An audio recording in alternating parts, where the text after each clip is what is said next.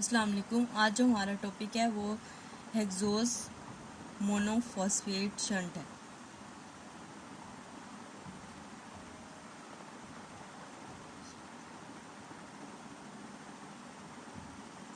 Shunt या pathway कह सकते हैं इसको, हेक्सोस मोनोफॉस्फेट पाथवे। ठीक है, इसका एक नाम होता है हेक्सोस मोनोफॉस्फेट पाथवे, एक इसका नाम होता है हमारे पास पेंटोस फॉस्फेट पाथवे भी इसे कह सकते हैं। पेंटोस फॉस्फेट पाथवे भी कहते हैं। और एक होता है फोस्फो ग्लूकोनेट पाथवे।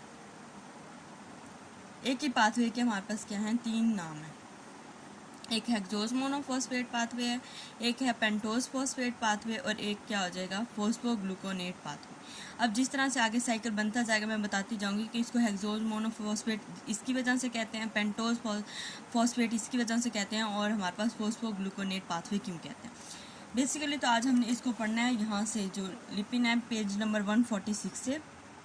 लेकिन इधर जो है इन्होंने लिपिन में पहला वाला स्टेप जो है उन्होंने प्रिसाइज करके लिखा हुआ है, या एक इधर स्टेप मिस हुआ हुआ है। तो पहले हम उसको रजिस्टर से समझ लेंगे, फिर इसको देखें, यहाँ से फिर कंटिन्यू करेंगे। सबसे पहले हम देखते हैं कि हमारे पास जो हेक्सोस मोनोफॉस्फेट शंट है ये हो क्यों रहा है और कौन कौन से जो टिश्यूज़ होते हैं ना उनमें हो रहा है। ठीक है, एक तो हमारे पास हेक्सोस मोनोफॉस्फेट शंट है, इसमें बनती है NADPH बनती है। NADPH हमारे पास डैमेज ऑफ सेल, जो ऑक्सीडेटिव डैमेज हो रहे होते हैं उनसे प्रिवेंट कर रही होती है। अब हमारे पास कुछ टिश्यूज़ होते हैं जैसे लीवर हो गया, एडिपोज टिश्यूज़ हो गए, उनमें हमारे पास क्या हो रही होती है, रिडक्टिव बायोसिंथेसिस हो रही होती है। ठीक है, बायोसिंथेसिस इसका मतलब फैटी एसिड्स भी बन रहे होते हैं। फैटी एसिड हो गए जैसे अमाइनो एसिड्स वगैरह हो गए, तो उन टिश्यूज़ में ज़्यादा होगा जिनमें क्या हो रही है, हमारे पास बायोसिंथेसिस हो रही है, जैसे फैटी एसिड के अमाइनो एसिड में। तो उधर भी क्या होगा, हेक्सोस मोनोफॉस्फेट शंट ज़्यादा होगा। ठीक है, और उनमें होगा जिनमें जो हमारे पास इन कॉन्टैक्ट हैं ऑक्सीजन के डायरेक्टली, जैसे हो गए लेंस हो गए या कॉर्निया हो गया, क्योंकि ये ऑक्सीजन के डायरेक्ट कॉन्टैक्ट में है तो ये ऑक्सीजन इन्हें क्या करवा सकती है, मतलब एक रेडिकल बना लेती है ऑक्सीजन, तो रेडिकल उनको क्या करवाता है, टिश्यू को डैमेज करवाता है। ठीक है, इसलिए ये क्या होती है, उन टिश्यूज़ में भी ज़्यादा होती है जो ऑक्सीजन के डायरेक्ट कॉन्टैक्ट में होते हैं। बाकी तो जैसे और हमारे पास हमने पढ़ा था कि हेक्सोस मोनोफॉस्फेट जो पाथवे होता है ना, ये बनाता है हमारे पास राइबोस 5 फॉस्फेट। अब राइबोस 5 फॉस्फेट क्या करवाती थी, राइबोस 5 फॉस्फेट से हम लोगों ने पढ़ा कि ATP बनती है, हमारे पास DNA वगैरह बनता है।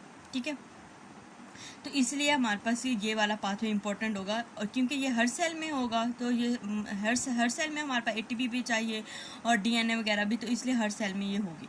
और बेसिकली ये हमारे पास सेल के कौन से पार्ट में हो रहा है, साइटोसोल में हो रहा है। हेक्सोस मोनोफॉस्फेट जो जो पाथवे है ये कहाँ हो रहा होता है, साइटोसोल में हो रहा होता है। अब बेसिकली जो हमने पढ़ा कि पेंटोस फॉस्फेट पाथवे से हमारे पास NADPH बनता है और क्या बनता है, राइबोस 5 फॉस्फेट बनता है।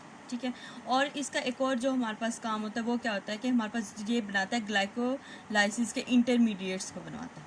ये वाला जो पेंटोस फॉस्फेट पाथवे है ये क्या बनाता है, ग्लाइकोलाइसिस के इंटरमीडिएट्स को बनवाता है। NADPH भी बनता है और राइबोस 5 फॉस्फेट भी बनता है। अब पहला स्टेप किस तरह से होगा, हमने वैसे जो ग्लाइकोजन की डिग्रेडेशन थी उसमें भी पढ़ा कि जब हमारे पास ग्लूकोज 6 फॉस्फेट तक हम पहुंच जाते थे तो क्या होता था, अगर हमारे पास ग्लूकोज 6 फॉस्फेटेज नहीं होता था, ग्लूकोज 6 फॉस्फेट जब तक पहुंच जाते थे और ग्लूकोज 6 फॉस्फेटेज इंजाइम नहीं होता था तो इससे ग्लूकोज नहीं बन सकता था। तो क्या होता था, यही ग्लूकोज 6 फॉस्फेट कहाँ चला जाता था, पेंटोस फॉस्फेट पाथवे में, और उधर से क्या बनवाता था, राइबोस। ठीक है, राइबोस जो 5 फॉस्फेट, यही राइबोस 5 फॉस्फेट फिर AMP बनाने में और बाकी सारे जो हमारे पास इंटरमीडिएट्स वगैरह हैं उनको बनाने में यूज होते हैं।